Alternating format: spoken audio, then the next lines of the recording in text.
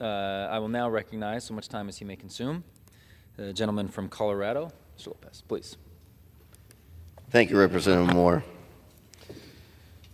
As we all know, today is September 11th, and we all recognize and remember what happened to our nation on that day. For most Americans, it's the day that terrorism was brought onto our shore.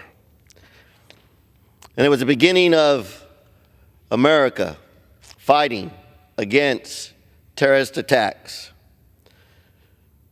But I want to talk today about what happened on August 26, 2021, because that is the day the unpardonable and disgraceful failure that was when Biden-Harris administration chaotic withdrawal from Afghanistan.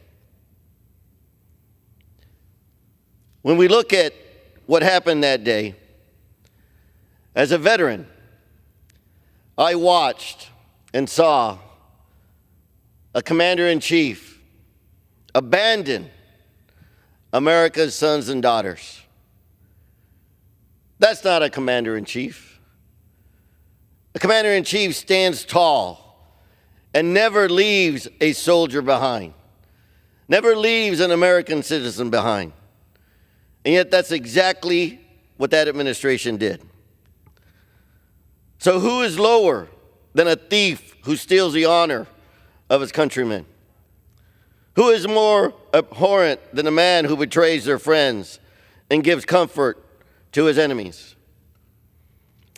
President Biden and Vice President Harris fled a country we freed for 2 decades and left it in the grasp of merciless terrorists.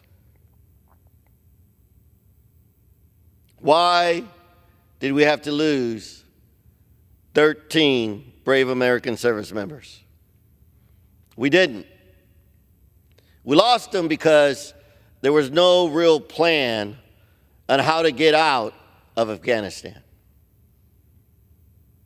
Any real, true commander-in-chief would know that you must plan accordingly, that you must plan every single step to make sure that there is no one left behind. But when you don't have that experience, when you don't understand the conflict that you're in, you will fail like that administration did. You know, they say that if you want to test the character of a person, give him power. Well, we know the character of that commander-in-chief of that day. And truly the character shows that it was more important to deal with the optics politically than it was to protect the men and women in uniform.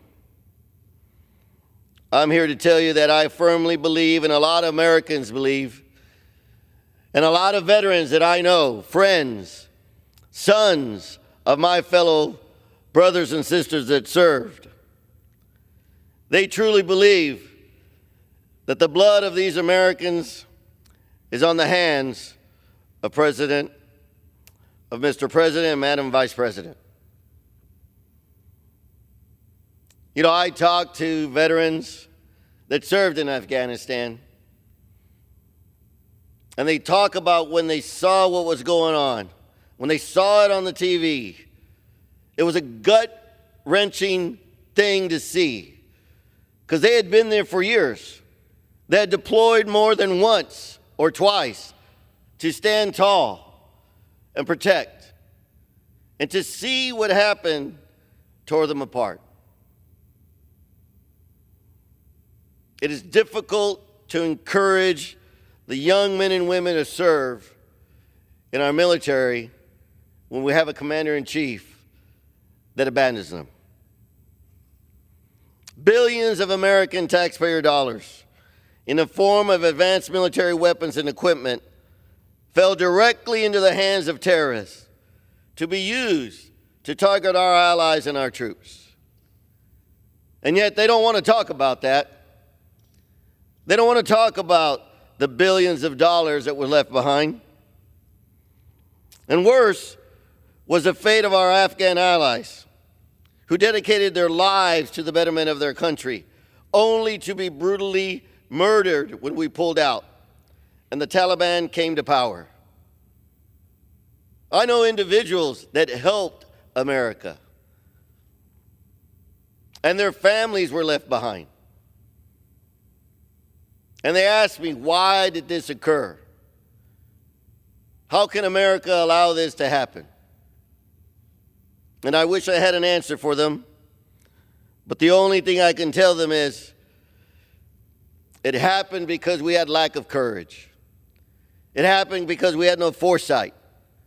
We had no means to understand what we were doing. And so we must change that. You know, many of those Afghan allies and their families are dead today. And once again, we know who to blame for that. And as I watched the debate last night, and when the question was asked, is there any regrets? There was silence. Silence on that question. And I'm here to tell you that I understand why there's silence. It's because they don't have the courage to not only stand in front of those family members that lost their sons and daughters, look them in the eye, and apologize for the mistake they made. You see, true leadership recognizes when mistakes are made. True leadership stands tall and makes sure that it never happens again. But silence leaves everyone wondering, what will they do the next time that situation arises? And I hope that should there ever be another time, that we will have a different commander-in-chief.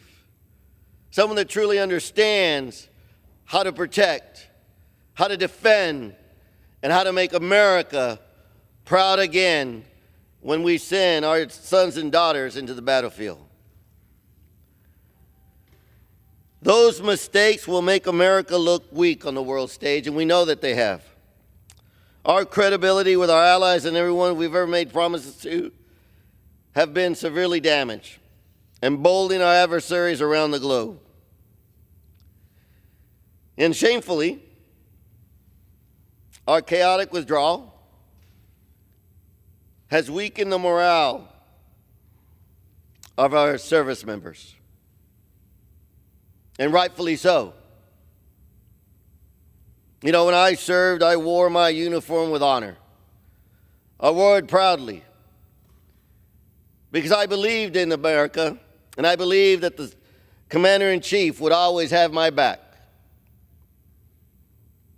Today I question that.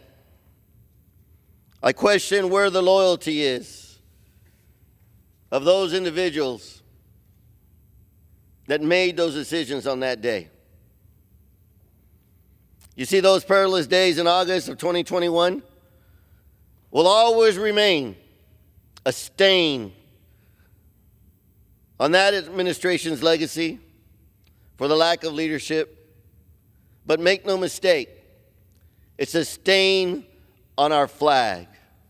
It's a stain that we must all endure. Only because they didn't have the courage and the understanding to do the right thing.